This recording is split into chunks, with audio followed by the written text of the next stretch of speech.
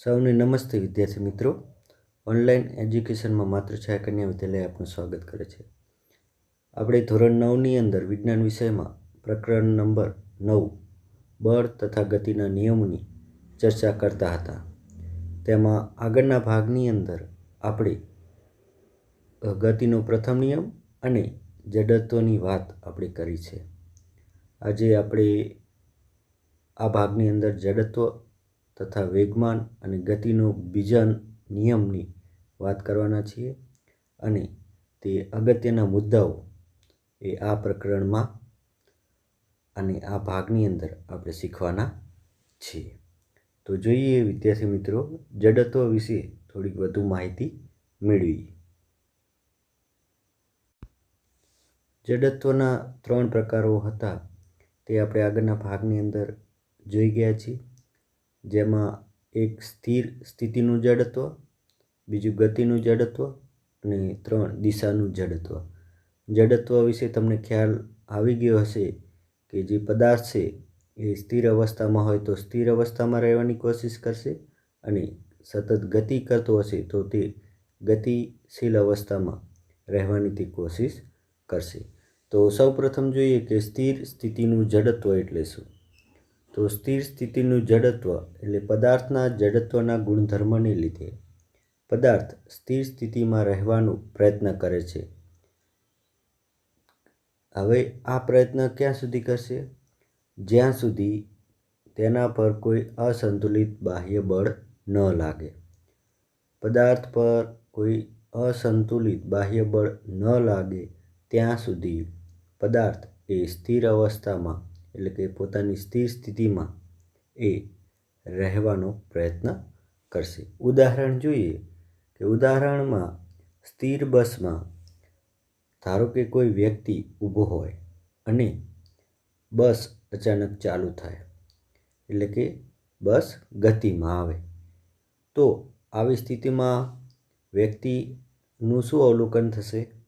તો આવી સ્થિતિમાં વ્યક્તિ એ પાછળની તરફ એ નમી જાય છે. તો આવું થવાનું કારણ એ શું છે? તો આમ થવાનું કારણ એ બસ અચાનક ચાલુ થાય છે એટલે કે તે ગતિમાં આવે છે.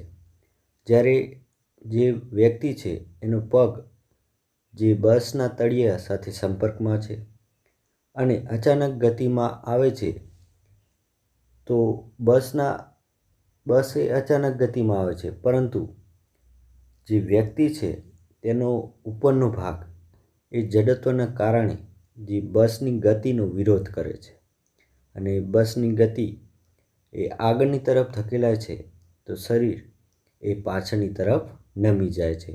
એટલે બસની જે અચાનક ગતિનો તે વિરોધ કરે છે એટલે પોતે સ્થિર રહેવાની કોશિશ કરે છે. વ્યક્તિ એ જડત્વ એ જાળવી રાખવાની કોશિશ કરે છે અને તેના કારણે વ્યક્તિ એ પાછળની તરફ નમી જાય છે. બીજું છે ગતિનું જડત્વ.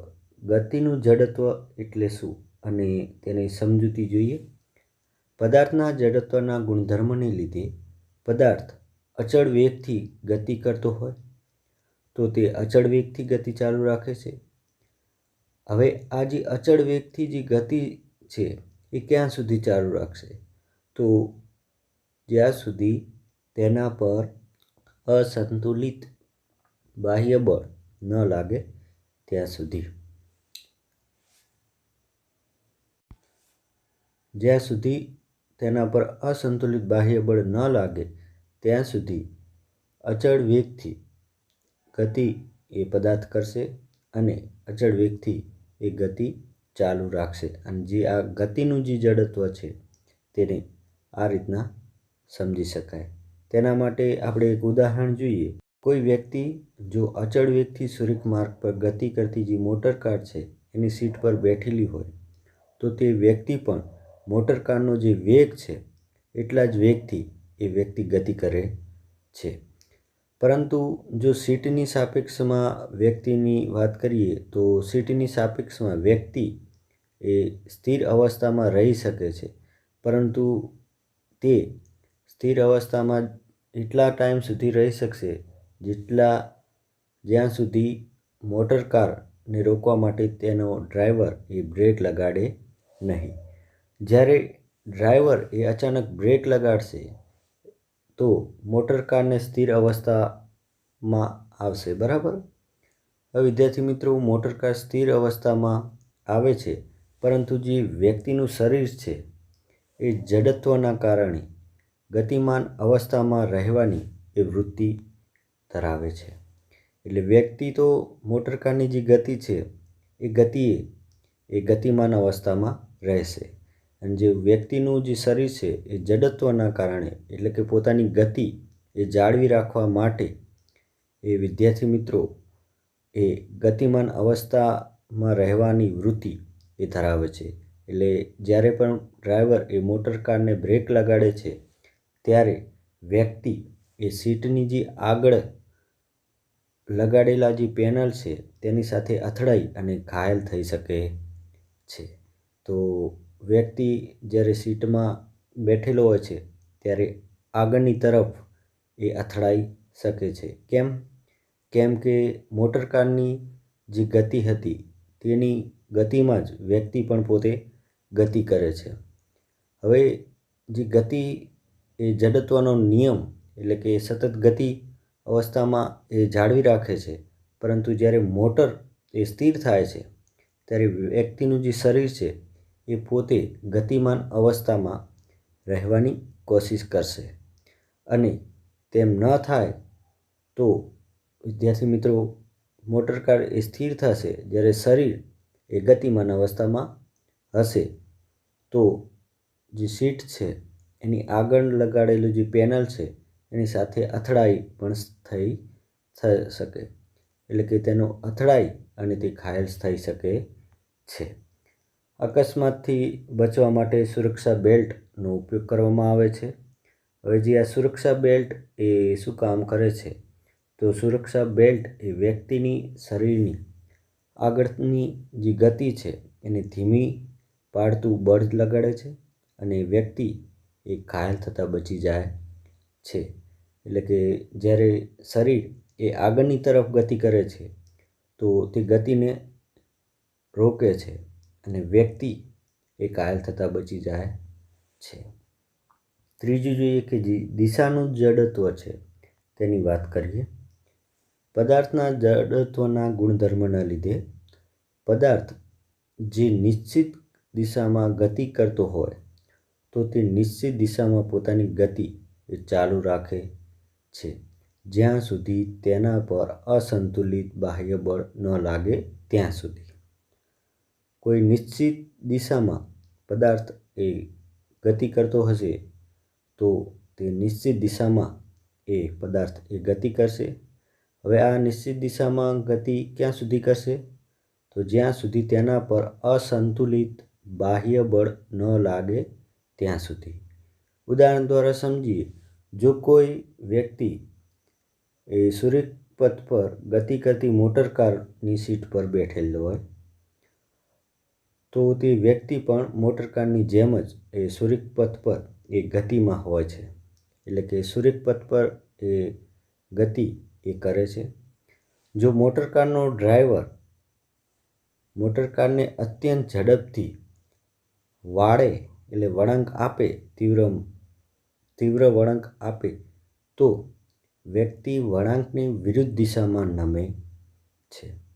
એટલે કે મોટરકારને જો સૂર્યપથ પર ગતિ કરતો હશે ત્યાં સુધી શરીર એ સૂર્યપથ પર ગતિ કરશે, પરંતુ જ્યારે મોટરકારને અત્યંત ઝડપથી વળાંક આપવામાં આવે તો જે વ્યક્તિ છે એનું શરીર છે એ વળાંકની વિરુદ્ધ દિશામાં નમી જાય છે.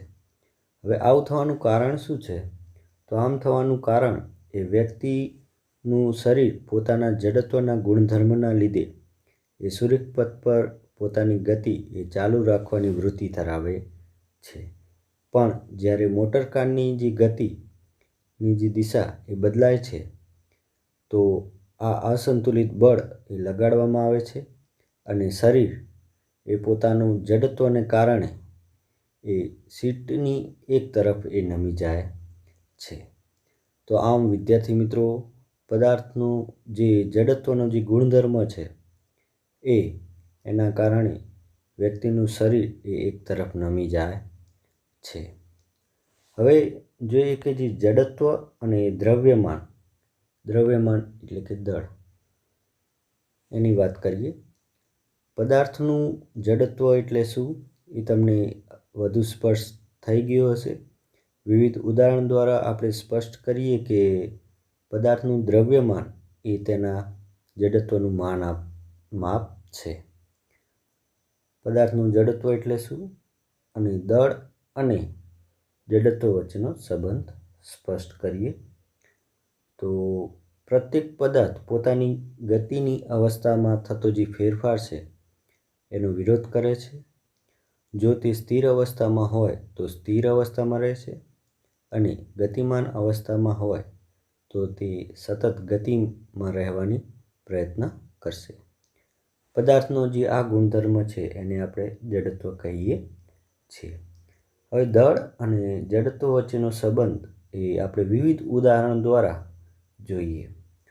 તો પહેલું એક ઉદાહરણ છે કે એક સરખા બાહ્ય બળો વડે પુસ્તકોથી ભરેલો બોક્સ છે એને ખસેડવા કરતાં ખાલી બોક્સને આપણે સહેલાથી ખસેડી શકીએ છીએ. કેમ કે પુસ્તકોથી ભરેલું બોક્સનું વજન, એનું દળ એ વધુ હશે અને તેના માટે એક સરખા બાહ્ય બળની વાત કરીએ તો સરખામણીમાં જે ખાલી બોક્સ છે જેનું દળ ઓછું હશે તેને આપણે સહેલાઈથી ખસેડી શકાય છે. બીજું ઉદાહરણ લઈએ કે એક ફૂટબોલને કિક મારીએ તો તે દૂર સુધી ગતિ કરે છે. જ્યારે તેટલા જ બળથી તેટલી સાઇઝના પથ્થરને કિક મારીએ તો ભાગ્યે જ તે ગતિ કરે. એટલે કે એક ફૂટબોલ છે એને કિક મારીને દૂર સુધી ગતિ કરાવી શકીએ છીએ.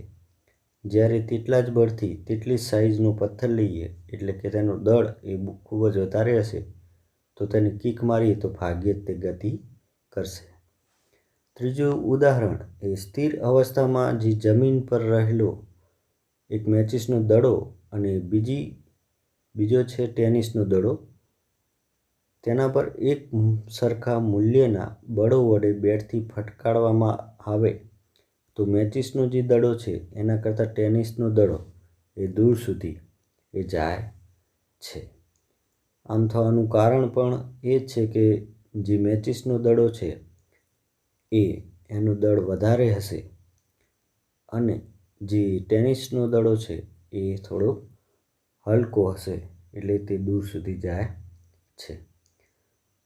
ત્રીજી જે વાત કરીએ ઉદાહરણ તરીકે, એક હાથલારીને ગતિ આપવા માટે જેટલા બાહ્ય બળની જરૂરિયાત હોય તેટલું જ બળ જો સ્થિર ટ્રેન પર લગાડવામાં આવે તો ટ્રેન એ ગતિમાં આવતી નથી. તો એ તો આપણે સ્વાભાવિક રીતે સમજી શકીએ છીએ. તો ઉપરના જે ચારે કિસ્સાઓ સ્પષ્ટ છે કે ભારે પદાર્થનું જડત્વ વધારે હોવાથી તેઓ પોતાની મૂળ અવસ્થા જાળવી રાખે છે, અથવા એવું કહી શકીએ કે તેઓ પોતાની મૂળ જે ગતિની અવસ્થા છે એમાં જે ફેરફારનું વલણ એ ઓછું ધરાવે છે. પણ જે હલકા પદાર્થનું જે જડત્વ છે એ ઓછું હોય છે. ઓછું કેમ હોય છે જડત્વ? કેમ કે તેનું દળ ઓછું હોય છે અને ઓછું હોવાને કારણે તેઓ સહેલાથી પોતાની મૂળ અવસ્થા જાળવી શકતા નથી. આમ પદાર્થનું જડત્વ જેમ વધુ તેમ તે પદાર્થ પોતાની મૂળ પ્રારંભિક અવસ્થામાંથી નવી અવસ્થામાં જવાનો પ્રતિકાર એ વધુ કરે છે. એટલે કે તે વધુ એ સ્થિર રહી શકે છે. તો માત્રાત્મક રૂપે જો કોઈ વસ્તુનું જડત્વ તેના દ્રવ્યમાન દ્વારા માપી શકાય છે. એટલે કે જો કોઈ પદાર્થનું આપણે દ્રવ્યમાન માપીએ તો આપણે વસ્તુનું જે જડત્વ છે તેનો અંદાજ એ આપણે લગાવી શકાય છે. વધુ દળ ધરાવતો પદાર્થનું જડત્વ વધારે હશે અને ઓછું દળ ધરાવતો પદાર્થનું જડત્વ ઓછું હોય છે. જડત્વ એ પોતાનું એવું કુદરતી વલણ છે જે પદાર્થની સ્થિર કે ગતિમાન અવસ્થામાં થતો ફેરફારનો વિરોધ કરે છે. આપણે એવું કહી શકીએ કે જડત્વ એ પદાર્થની સ્થિર અથવા ગતિમાન અવસ્થામાં જે ફેરફાર થાય છે તેનો વિરોધ કરે છે. એટલે કે પદાર્થ પોતાની સ્થિર અવસ્થા હશે તો સ્થિર અવસ્થા રહેશે અને ગતિમાન અવસ્થામાં હશે તો ગતિમાન રહેશે. તેમાં ફેરફાર એ કરતું નથી પરંતુ તેનો વિરોધ કરે છે. જો કોઈ પદાર્થનું દ્રવ્યમાન તેના જડત્વનું માપ છે તેવું આપણે કહી શકીએ. હવે ગતિનો જે બીજો નિયમ છે તેની વાત આપણે કરીએ. તેની પહેલાં આપણે થોડીક એની બેઝિક શરૂઆત કરીએ તો પહેલો પ્રશ્ન છે, પદાર્થની ગતિ અને તેના પર લાગતા બળના અભ્યાસમાં પદાર્થનું દ્રવ્યમાન અને તેનો વેગ બંને એક સરખું મહત્ત્વ એ ધરાવે છે. તે કઈ રીતના ધરાવે છે તે જોઈએ, અથવા યોગ્ય ઉદાહરણો વડે સ્પષ્ટ કરો કે પદાર્થનું વેગમાન એ તેના દળ અને તેના વેગને સાંકળતી સંયુક્ત રાશિ છે. તો જોઈએ વિદ્યાર્થી મિત્રો, પદાર્થનું જે વેગમાન છે એ તેના દળ અને તેના વેગને કઈ રીતના સંયુક્ત રાશિ એ સાંકળતી છે તે જોઈએ. ઉદાહરણ નંબર 1 જોઈએ કે ટેબલ ટેનિસની રમત દરમિયાન દડો જો કોઈ ખેલાડીના શરીરને અથડાય તો તે ઘાયલ થતો નથી, પરંતુ ઝડપથી આવતો ક્રિકેટ મેચિસનો જે દડો છે તે કોઈ દર્શકને વાગે તો તે ઘાયલ થઈ શકે છે. આવું થવાનું કારણ શું છે? કારણ કે મેચિસના દડા વડે જે દર્શક પર લાગતો ધક્કો એટલે કે બળ એ ટેબલ ટેનિસના જે ખેલાડી પર લાગતા ધક્કા એટલે કે બળ કરતાં વધુ હોય છે.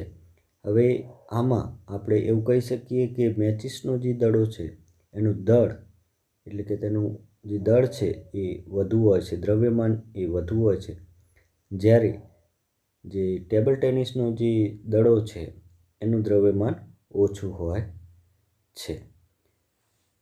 બીજું એક ઉદાહરણ જોઈએ કે એક કાંકરીને લઈએ અને તેને કાચની તકતી તરફ ફેંકવામાં આવે અને ત્યારબાદ તેટલા જ વેગથી ભારે પથ્થરને કાચની તકતી પર ફેંકવામાં આવે તો કાચની જે તકતી છે એ કાંકરીથી કોઈ અસર થતી નથી, પરંતુ જ્યારે ભારે પથ્થર દ્વારા એ કાચ પર એ વધુ ધક્કો લગાડવાથી એટલે કે વધુ બળથી એ કાચ પર લાગે છે અને કાચ એ તૂટી જાય છે. ઉપરના બંને ઉદાહરણ પરથી સ્પષ્ટ છે કે બળ એ પદાર્થના દ્રવ્યમાન ઉપર આધારિત છે. કેમ કે બળ એ વધુ ક્યારે લાગે છે? જ્યારે પદાર્થનું દ્રવ્યમાન એ વધુ હોય. બળ એ ઓછું ક્યારે લાગે છે? જ્યારે પદાર્થનું દ્રવ્યમાન એ ઓછું હોય તો વિદ્યાર્થી મિત્રો, બંને ઉદાહરણ એ બળ એ પદાર્થના દ્રવ્યમાન પર આધારિત છે તેવું કહી શકીએ. હવે જોઈએ કે ત્રીજું ઉદાહરણ જોઈએ કે મેળામાં જે ફુગ્ગા ફોડવાની ઘટના છે એ બંદૂક વડે આપણે ફુગ્ગો ફોડીએ છીએ અને બંદૂકની અંદર એ મગનો દાણો એ ગોળી તરીકે લઈએ છીએ. હવે જે આ મગનો દાણો છે એને ફક્ત હાથ વડે કોઈ ફુગ્ગા પર ફેંકવામાં આવે તો ફુગ્ગો એ ફૂટતો નથી, પરંતુ આ જ મગના દાણાને બંદૂકમાં ભરાવી અને ફુગ્ગા પર ફોડવામાં આવે તો ફુગ્ગો ફૂટી જાય છે. આમ થવાનું કારણ શું છે?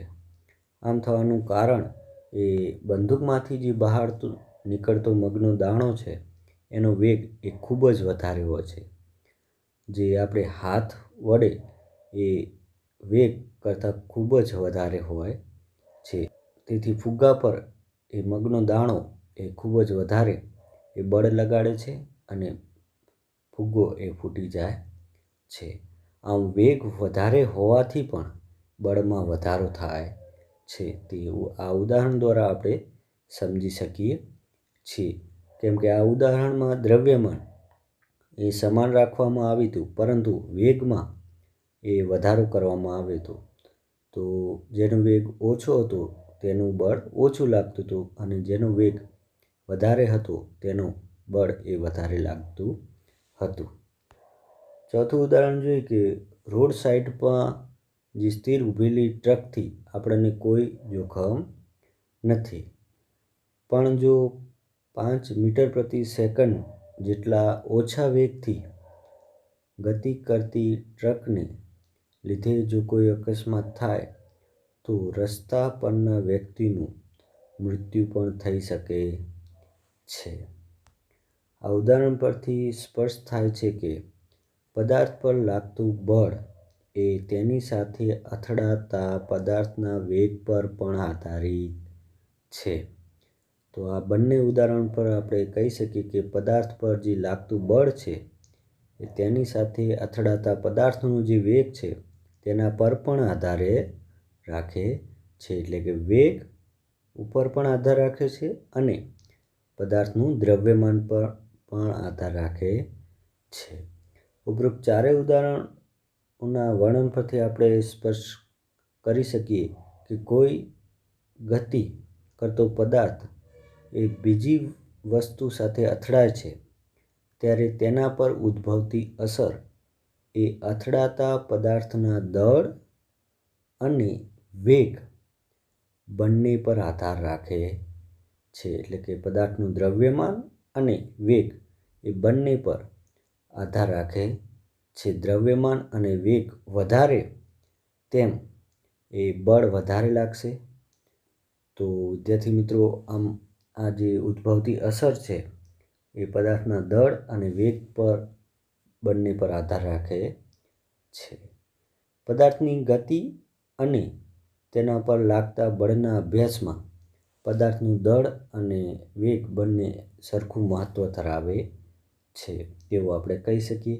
કેમ કે વેગ વધુ તો બળ વધુ, અને જો પદાર્થનું દળ વધુ અને વેગ સાથે હોય તો પણ બળ વધારે લાગે. તો આ બંનેનું મહત્ત્વ એ પદાર્થની ગતિ અને તેના પર લાગતા બળના અભ્યાસમાં એ એક સરખું છે. આ બંને ભૌતિક રાશિને જો આપણે સાંકળીએ તો નવી ભૌતિક રાશિ એ વેગમાન એ મળે છે. તો વિદ્યાર્થી મિત્રો, વેગમાન વિશે આપણે જાણીએ. તો વેગમાનની વ્યાખ્યા આપણે જોઈએ અને SI એકમ અને વેગમાન એ સદિશ રાશિ છે કે અદિશ રાશિ તે જોઈએ. વેગમાન એટલે શું? પદાર્થના દળ અને તેના વેગના ગુણનફળને પદાર્થનું વેગમાન કહે છે. એટલે કે દળ અને વેગના ગુણાકાર એટલે કે ગુણનફળને વેગમાન કહે છે. તો વેગમાન બરાબર દળ ગુણ્યા વેગ. દળને આપણે m વડે, વેગને આપણે સ્મોલ v વડે અને વેગમાનને સ્મોલ p વડે આપણે દર્શાવીએ છીએ. તો p = mv. p એ પદાર્થનું વેગમાન, m એ પદાર્થનું દળ અને v એ પદાર્થનો વેગ છે. હવે વિદ્યાર્થી મિત્રો, અહીંયા વેગમાનનો SI એકમ શું થશે? તો અહીંયા SI એકમ કીધો છે, તો દળનો SI એકમ શું છે? દળનો SI એકમ કિલોગ્રામ છે. તો દળનો એકમ એ કિલોગ્રામ છે અને વેગનો એકમ, તો વેગની વ્યાખ્યા તમને ખબર હોવી જોઈએ. તો સ્થાનાંતર ભાગ્યા સમય. તો સ્થાનાંતરનો SI એકમ શું છે? મીટર, અને સમયનો એકમ સેકન્ડ. તો મીટર પ્રતિ સેકન્ડ એ વેગનો થશે, તો વેગનો મૂકીએ તો મીટર પ્રતિ સેકન્ડ. તો વેગમાનનો એક SI એકમ શું થશે? કિલોગ્રામ ઇન્ટુ મીટર પ્રતિ સેકન્ડ થશે. હવે આ રાશિ એ સદિશ રાશિ છે કે અદિશ રાશિ? તો તેના નક્કી કરવા માટે આપણે જાણીએ છીએ કે સદિશ રાશિ એ મૂલ્ય અને દિશા બંનેની જરૂર પડે છે, જ્યારે અદિશ રાશિ એ ફક્ત મૂલ્યની જરૂર પડે છે. તો અહીંયા વિદ્યાર્થી મિત્રો વેગ આપેલો છે. વેગમાં આપણે જાણીએ છીએ કે વેગ એમાં દિશા અને મૂલ્ય બંનેની જરૂર પડે છે. તો વેગમાનમાં પણ એ દિશા અને મૂલ્ય એ બંનેની જરૂર પડે છે, અને વેગમાનની દિશા એ વેગની દિશામાં હોય છે. બીજો એક પ્રશ્ન જોઈએ.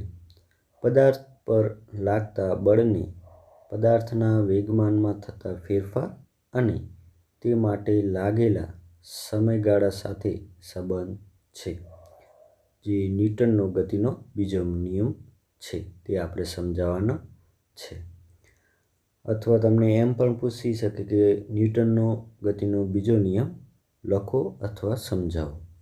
તો સમજાવીએ કે ગતિનો જે બીજો નિયમ છે તે શું કહેવા માગે છે. ધારો કે એક ખરાબ બેટરીવાળી કારને સુરેખ રસ્તા પર 1 મીટર પ્રતિ સેકન્ડનો વેગ પ્રાપ્ત કરવા માટે ધક્કો મારવામાં આવે છે, જે તેના એન્જિનને ચાલુ કરવા માટે એ પૂરતો છે. એટલે કે આપણે એટલું વેગ પ્રાપ્ત કરવા માટે 1 મીટર પ્રતિ સેકન્ડ વેગ પ્રાપ્ત કરવા માટે આપણે ધક્કો એટલે કે બળ એ લગાડવાનું છે. જો એક કે બે વ્યક્તિ તેને ક્ષણિક એટલે કે જે ધક્કો મારવામાં આવે છે એ ઓછો મારવામાં આવે, ધક્કો છે એ અસંતુલિત બળ એ અહીંયા ગણીશું આપણે. તો વિદ્યાર્થી મિત્રો ક્ષણિક બળથી એ ચાલુ થશે નહીં. પણ જો થોડા સમય સુધી સતત ધક્કો મારવામાં આવે તો કારનો જે વેગ છે એ વેગમાં ધીમે ધીમે વધારો થશે, અને વેગ વધવાથી આપણે જાણીએ છીએ વેગના ફેરફારને આપણે પ્રવેગ કહીએ છીએ. તો વેગના વધવાના કારણે ઉદ્ભવતો જે ક્રમિક પ્રવેગ છે તેને આપણે આપેલ ઝડપ 1 મીટર પ્રતિ સેકન્ડ એ પ્રાપ્ત કરે છે. આનો અર્થ એ થયો કે કારનો જે વેગમાનનો ફેરફાર છે એ ફક્ત બળના મૂલ્ય વડે માપી શકાતો નથી, પરંતુ તેના માટે જેટલો સમય સુધી બળ લાગે છે તે સમયગાળો પણ તેને ધ્યાનમાં લેવો પડે છે. કેમ કે અહીંયા એ સમય સુધી આપણે બળ લગાડીએ છીએ, ધક્કો મારીએ છીએ, ત્યારે એક સમય બાદ તે પ્રવેગ એ મેળવે છે અને 1 મીટર પ્રતિ સેકન્ડ એ ઝડપ પ્રાપ્ત કરે છે. એટલે કારનો જે વેગમાનનો જે ફેરફાર છે એ ફક્ત બળના મૂલ્ય વડે માપી શકાતું નથી. એના માટે જે સમય લીધો છે, સમય સુધી આપણે બળ લગાવ્યું છે તે સમયગાળો પણ ધ્યાનમાં લેવો પડે છે. આમ બળને વેગમાનનો ફેરફાર એટલે ડેલ્ટા પી અને તે માટે લાગેલો સમય ડેલ્ટા ટી સાથે સંબંધ એ છે. અને આ સંબંધ એ ન્યૂટનના ગતિના બીજા નિયમ પરથી મળે છે. ન્યૂટનનો ગતિનો બીજો નિયમ એ શું કહે છે? કોઈ પદાર્થના વેગમાનમાં થતા ફેરફારના સમય દર તેના પર લાગતા અસંતુલિત બળ જેટલો અને બળની દિશામાં હોય છે. ફરીથી જોઈ લઈએ કે ન્યૂટનનો ગતિનો બીજો નિયમ શું કહે છે. કોઈ પદાર્થના વેગમાનમાં થતો ફેરફારનો સમય દર તેનો પર લાગતો જે અસંતુલિત બળ છે એના જેટલો અને તે બળની દિશામાં હોય છે. હવે આ જે ગતિનો બીજો નિયમ છે તેનું ગાણિતિક નિરૂપણ આપણે જોઈએ. તો પહેલાં ગતિનો બીજો નિયમ એ જોઈ ગયા છીએ તે પ્રમાણે પદાર્થના વેગમાનમાં થતો ફેરફારનો સમય દર તેના પર લાગતા અસંતુલિત બળ જેટલો અને બળની દિશામાં હોય છે. F=ma ની સૂત્રની આપણે તારવણી કરવાની છે. ધારો કે કોઈ m દળ ધરાવતો પદાર્થ એ સુરેખ પથ પર એ યુ જેટલા પ્રારંભિક વેગથી એ ગતિ કરે છે અને ટી જેટલા સમયમાં તે પદાર્થ અચળ પ્રવેગી ગતિ કરી અને અચળ બળ એફની અસર હેઠળ વી જેટલો અંતિમ વેગ પ્રાપ્ત કરે છે. તો વિદ્યાર્થી મિત્રો, અહીંયા વેગમાનમાં ફેરફારનો સમય દર એ આપણે શોધવાનો છે અને તે કેટલો હોય છે તો તેના પર લાગતું બાહ્ય બળ જેટલો. તો પદાર્થનું પ્રારંભિક વેગમાન જોઈએ તો P1 બરાબર mv છે, એટલે કે અહીંયા m અને પ્રારંભિક વેગ એ u છે એટલે mu થશે. અંતિમ વેગમાન જોઈએ તો P2 બરાબર mv થશે. હવે ટી સમયમાં પદાર્થના વેગમાનમાં થતો ફેરફાર જોઈએ. તો પહેલાં જે વિદ્યાર્થી મિત્રો વેગમાનમાં ફેરફારનો દર છે એ જોઈએ. તો delta P is equal to delta P સમપ્રમાણ P2 માઇનસ P1, એટલે કે ડેલ્ટા પી ચલે છે P2 માઇનસ P1. તો delta P is proportional to સમપ્રમાણતા કહેવાય એમ વી P2 બરાબર થશે minus M U. M common થશે તો વી માઇનસ યુ થશે. તો ડેલ્ટા પી બરાબર ડેલ્ટા પી સમપ્રમાણ એમ ગુણ્યા વી માઇનસ યુ થશે. હવે વિદ્યાર્થી મિત્રો, અહીંયા પદાર્થના વેગમાનનો સમય દર કીધો છે. તો જે આ વેગમાન છે તેના માટે કેટલો સમય લાગ્યો છે તો તેના માટે વિદ્યાર્થી મિત્રો ટી જેટલો સમય લાગ્યો છે. તો જે વેગમાનનો ફેરફારનો ડેલ્ટા પી છે એ ટી જેટલા સમય લે છે, એટલે કે ભાગ્યા ટી, અને એમ ગુણ્યા વી માઇનસ યુ, એટલે અહીંયા પ્રપોર્શનલ ટુ છે, સમપ્રમાણ છે. એટલે વિદ્યાર્થી મિત્રો, અહીંયા વેગમાનનો ફેરફારનો દર એ સમપ્રમાણ એમ ગુણ્યા વી માઇનસ યુ ભાગ્યા ટી. ન્યૂટનના ગતિના બીજા નિયમ અનુસાર લાગુ પાડેલ બળ એ કેટલું છે? તો લાગુ પાડેલ બળ એ વેગમાનમાં થતો ફેરફાર જેટલું છે. તો જે વેગમાનનો ફેરફારનો દર છે તેની જગ્યાએ આપણે એફ લઈ શકીએ. તો એફ ચલે છે અને અહીંયા શું છે? વેગમાનમાં થતો ફેરફાર. તો એફ પ્રપોર્શનલ ટુ એમ ગુણ્યા વી માઇનસ યુ ભાગ્યા ટી. હવે આ જે સમપ્રમાણ છે એને આપણે નીકાળી દઈએ અને એનો અચળાંક એ કે લઈ લઈએ. તો એફ બરાબર કે એમ ગુણ્યા વી માઇનસ યુ ભાગ્યા ટી. હવે જે આ વી માઇનસ યુ ભાગ્યા ટી છે એ આપણે જાણીએ છીએ કઈ રાશિ છે? પ્રવેગ. એને આપણે એ વડે દર્શાવીએ છીએ. તો આની જગ્યાએ આપણે એ મૂકીશું. તો સૂત્ર શું થશે? એફ બરાબર કે એમ એ. તો વિદ્યાર્થી મિત્રો, જે આ કે છે એ સમપ્રમાણતાનો અચળાંક છે.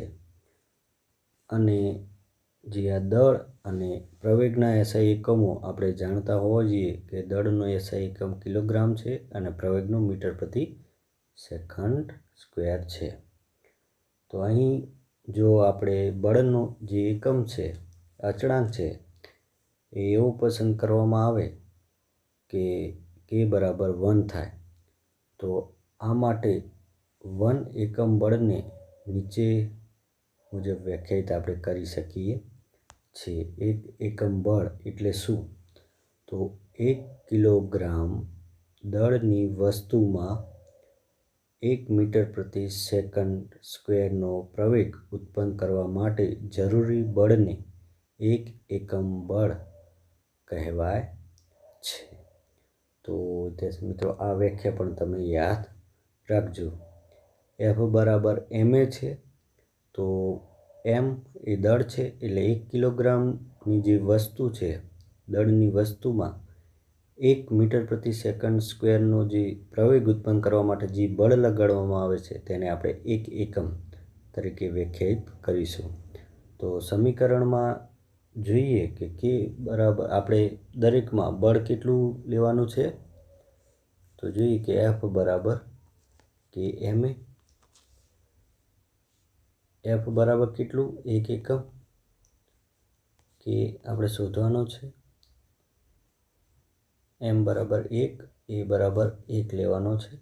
તો k બરાબર આપણને 1 મળશે અને એની કિંમત આપણે આગળનામાં મૂકીએ તો F બરાબર ma, કેમ કે k બરાબર આપણને 1 મળે છે. તો આપણું આ સૂત્ર F બરાબર ma. હવે બીજો જે પ્રશ્ન છે એ ન્યૂટનનો ગતિનો બીજો નિયમ એ પહેલા નિયમ સાથે એ સુસંગત છે તે સમજાવો અને દર્શાવો કે ન્યૂટનનો જે ગતિનો પહેલો નિયમ એ બીજા નિયમની વિશિષ્ટ રજૂઆત છે. અથવા તમે એવું કહી શકો જે ન્યૂટનનો ગતિનો બીજો નિયમ પરથી પહેલો નિયમ એ કેવી રીતના સમજાવી શકાય તે વિદ્યાર્થી મિત્રો આપણે સમજાવવાનું છે. તો જોઈએ એ પ્રશ્ન પણ જોઈ લઈએ. તો ગતિનો જે બીજો નિયમ છે એ આપણે જોઈ ગયા છીએ F બરાબર ma. તો m એની જગ્યાએ આપણે v માઇનસ u ભાગ્યા t લીધું. હવે ટીને આપણે બરાબરની ડાબી બાજુ લાવીએ તો fના ગુણાંકમાં આવશે. f ગુણ્યા t બરાબર m v માઇનસ u થશે. હવે જો પદાર્થ પર બાહ્ય બળ લાગતું ન હોય તો શું થાય. તો F બરાબર બાહ્ય બળ શું છે 0 છે. તો એની કિંમત મૂકીએ તો અહીંયા જે આ ડાબી બાજુ છે LHS એ આખું પદ શું થઈ જશે 0 થઈ જશે. જમણી બાજુનું પદ m v માઇનસ u. હવે વિદ્યાર્થી મિત્રો આનું સાદુરૂપ આપીએ તો એમને કૌંસની અંદર ગુણીએ તો mv માઇનસ mu થશે. mu ને આપણે બરાબરની આ બાજુ લાવીએ તો mv માઇનસ m બરાબર mu થશે. mv બરાબર mu થશે. mm બરાબરની બંને બાજુ કેન્સલ થશે તો v બરાબર u થશે. હવે આનો અર્થ શું છે. v બરાબર u એનો અર્થ શું છે. તો એનો અર્થ જો પદાર્થ પર બાહ્ય બળ ન લાગતું હોય તો m દળનો પદાર્થ u જેટલા સમાન વેગથી સમગ્ર t સમયગાળામાં એ ગતિ કરશે. તો આપણે જાણ્યું હતું કે જો પદાર્થ પ્રથમ નિયમમાં આપણે જોઈ ગયા છે કે બાહ્ય બળ ન લાગતું હોય તો પદાર્થ એ સ્થિર અવસ્થામાં હોય તો સ્થિર અવસ્થામાં અને ગતિમાન અવસ્થામાં હોય તો ગતિમાન અવસ્થામાં તે રહે છે. તો u બરાબર આપણે 0 લઈએ અને v બરાબર 0 લઈએ તો આનો અર્થ શું થાય. તો એનો અર્થ એ થાય કે જો પદાર્થ પર બાહ્ય બળ ન લાગતું હોય તો પદાર્થ પ્રારંભમાં સ્થિર હોય અને અંતિમમાં પણ સ્થિર અવસ્થામાં હોય. તો પદાર્થ એ પોતાની સ્થિર અવસ્થા એ જાળવી રાખે છે. આમ ગતિ જે શાસ્ત્ર છે તેના અભ્યાસમાં પદાર્થની સ્થિર અવસ્થા અને અચળ વેગી જે ગતિની અવસ્થા છે એ બંને એક સમાન છે. તો વિદ્યાર્થી મિત્રો આ ભાગની અંદર આપણે આટલું રાખીએ છીએ અને આ પ્રકરણ અહીંયા આપણે પૂરું કરીએ છીએ. એ નવા અભ્યાસક્રમ પ્રમાણે નવા સિલેબસ પ્રમાણે એ આપણે દરેક પોઈન્ટ એ આ ભાગની અંદર આપણે લીધેલા છે. તો આ દરેક પોઈન્ટનું તમે રિવિઝન કરશો અને પોતાની નોટબુકમાં સુંદર અક્ષરે લખશો. ધન્યવાદ.